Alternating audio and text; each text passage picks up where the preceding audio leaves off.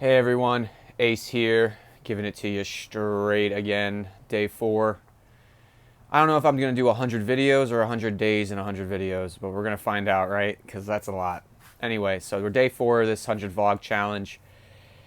And today I really wanted to talk about awareness and how important it's become for me in my life over the past, I'd say, several years specifically. I mean, we all have an awareness. We all know.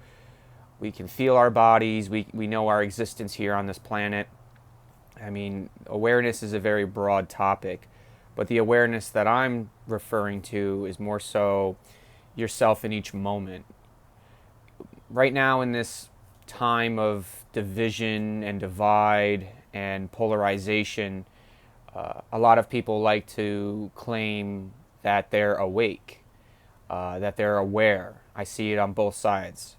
I see it on the left, screaming, cursing, hurting people. I see it on the right, defaming, degrading, calling people names. It's two sides of the same coin.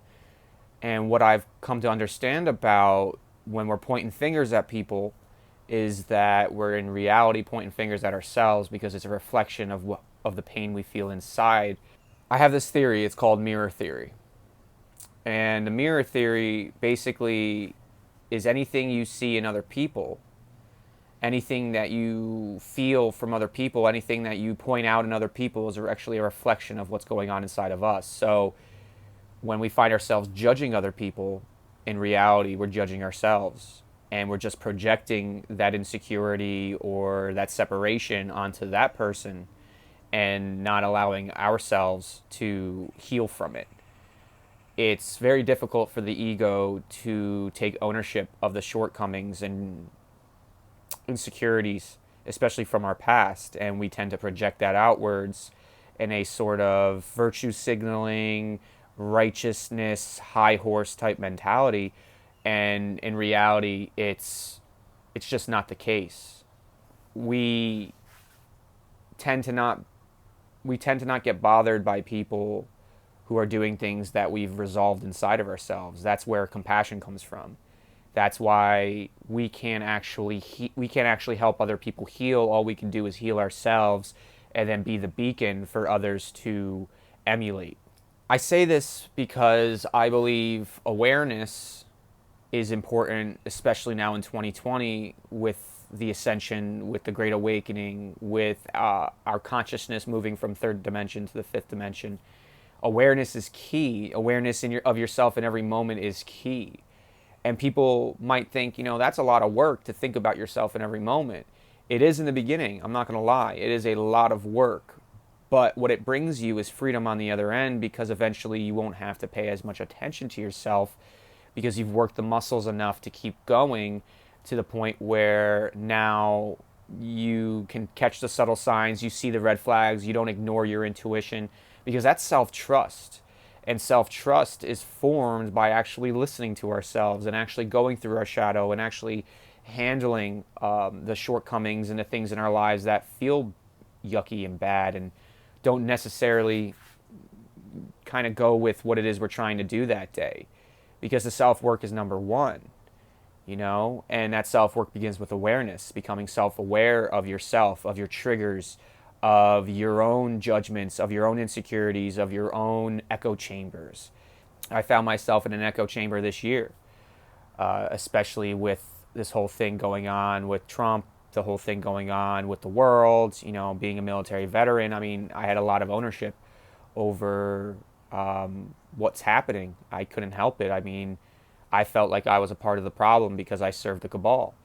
And unfortunately, if you served in the military under Obama and Bush and Clinton's, we were perpetuating their divide. We were perpetuating the wars that they were pushing across the world for their gain. But what that's given me, because I've gained awareness of myself, I don't feel bad about it. I don't hold it against me. I mean, I didn't know what I didn't know. But I saw the red flags while I was in. You know what I'm saying? I became aware of how things were done that didn't agree. I just didn't agree with me, and I actually owned that. I felt like I couldn't conform or I couldn't assimilate, but in reality, it was because there was no integrity. The integrity left after the 2012 election, and we've seen that. We saw that for 40 years, and so that was the beginning of me gaining an awareness of things happening around me that were maybe not necessarily good, the red flags. And then it took another 10 years after that about to finally let it go and trust myself that, that those red flags were red flags then, and the red flags I feel now are red flags now, and I have to trust my gut. I have to trust my instinct. I have to trust my higher self, because the more I've gone into me, the more I've gone into actually trying to heal and trying to become more aware and accept myself, which is the next phase, the happier I've become, the more successful I've become, the healthier I've become. And what I really believe is that, health and wealth equals wellness. And we can't become more healthy if we are not aware that we're unhealthy. We can't become more wealthy if we're unaware that we have a unwealthy type mindset. So I just wanted to jump on today and talk to you all a little bit about awareness and how important it is, especially now, especially with everything going on in the world, that we are taking the time to self-reflect, to go deep inside ourselves, to sit with ourselves, to be compassionate with ourselves, and to learn ourselves. Because we're not perfect in this journey through life as a human. It's a healing process through and through. We will never be perfect here on this planet. We are perfectly imperfect, which makes us perfect. That's the paradox.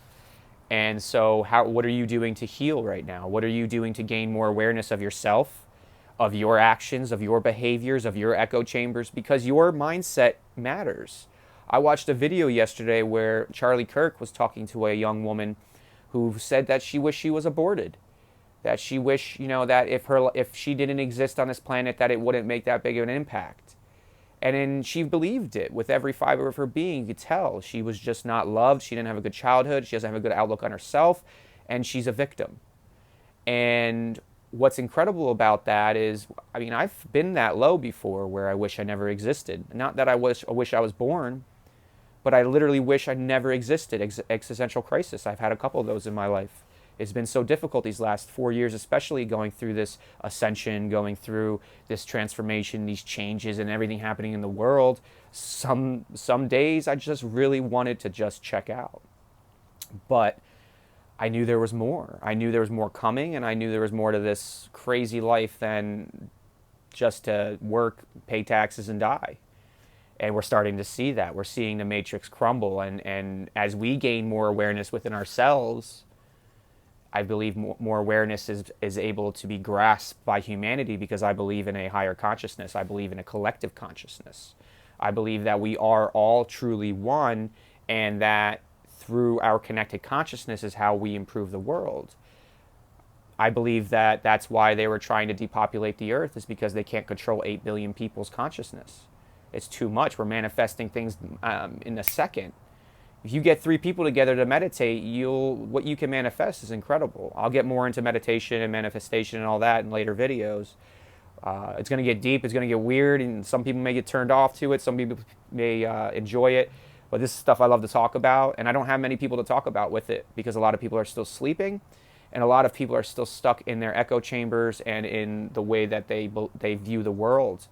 And that's fine. I was there too. I remember the point in my life where I said I was never going to drink again. Oh, how could you not drink? Oh, drinking's the best. Well, it almost took my life. And so I cut that out. I gained the awareness of it. And I consulted with my higher self and with God and with my light family. And basically they guided me to, if you keep continuing to drink like this, you're going to die one way or another. And I had to make that choice. I had to become important enough. I had to gain the awareness of myself to become important enough to stop drinking, to stop eating the bad food, to stop being around the wrong people. Has it been hard? Yes. It's been lonely. It's been a lot of solitude in a way. But that's brought me so much insight into myself, into the universe, into everything that's going on. And I'm stronger than I ever been. I'm healthier than I ever been. And now I'm truly am building wealth in my life. But I really believe that it's awareness is key. We're not perfect. I still get triggered. I have PTSD. I've been diagnosed with depression and anxiety. I believe that's just symptoms of life. I don't believe there is a diagnosis. I don't believe it's a disease. I don't even believe it's an ailment. I believe depression and anxiety are beneficial to us if we become aware of what they are and heed the red flags. They can actually guide us to and fro in our lives because we're ebbing and flowing all the time, right? So depression and anxiety they're just markers on your journey. But because Western medicine has created this entire marketing campaign around it so that we're constantly on medication and spending $150 an hour for a therapist and all these things, which I'm not knocking therapy. I still do therapy. I've done therapy. I believe in it, but I believe it's the first step. A lot of people, they'll go to therapy for an hour a week and they won't do anything until they go back into that therapy session the next week. That 1 hour is just meant to dig some stuff up for you to explore for a week. But we don't have therapists that don't even understand what therapy is. A lot of these doctors don't even understand what health is, what wealth is, and what mental health. They don't. They think they do. They know the biological and mechanical mechanisms of how it works in the body. That's fantastic, but we're not mechanical beings. We're emotional, spiritual beings that with feelings and trauma and past programs, because we are a computer. Everybody wants talking about these transhumanism and turning us into computers. We're already quantum computers. We already have access to Akashic records once you raise your vibration, but they've been poisoning us for so long and calcifying our pineal glands and disconnecting us from the divine and from our true selves that we're unable to even see, hear, or acknowledge what we truly are and why we are truly here.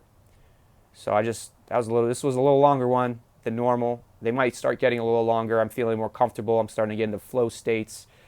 I blanked out a couple times on this one, but I appreciate you all listening.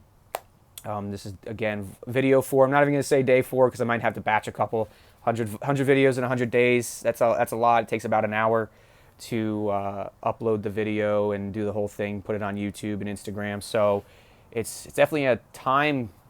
It definitely takes some time, but it's definitely worth it. I already feel much better. I already feel comfortable, and I actually wake up looking forward to making these. So if you all are looking to take a plunge in yourself, if you believe that you have something to say, which I believe we all have something to say, we all have a story, try writing a 500-word blog every day for 100 days. Try making a 5-10 minute video every day for 100 days. Do it for 10 days. Do it for 15 days. It's amazing what can happen with repetition and consistency, especially because that's how our brains operate. We operate through repetitiveness and consistency, and it don't have to be repetitive in the process, because every day I'm trying to refine this process now. So today I use the stand instead of holding it. Every day tweaking a little bit just to make it a little better, gaining a little bit of more awareness of how we can improve our path each day. That attention to details, that presence, that awareness then frees up so much room for your monkey brain, your monkey mind, to not fret all day, because you're feeling, thinking, and doing. And once you feel, think, and do, you don't have anxiety anymore. So sometimes our anxiety forms not because we're not doing anything, because we're not doing what we're supposed to be doing or needing to do for ourselves. And I always say, we oftentimes get stuck doing what we want over what we need, and what we want is always at the expense of ourselves, and what we need is always for the benefit of ourselves. And if you can switch the percentage of what you need to do for yourself over what you want to do for yourself, your life will improve, I promise you. So again, this is Ace giving it to you straight. Appreciate you all. Have a wonderful day, and stay frosty because it's getting crazy out there. Take care.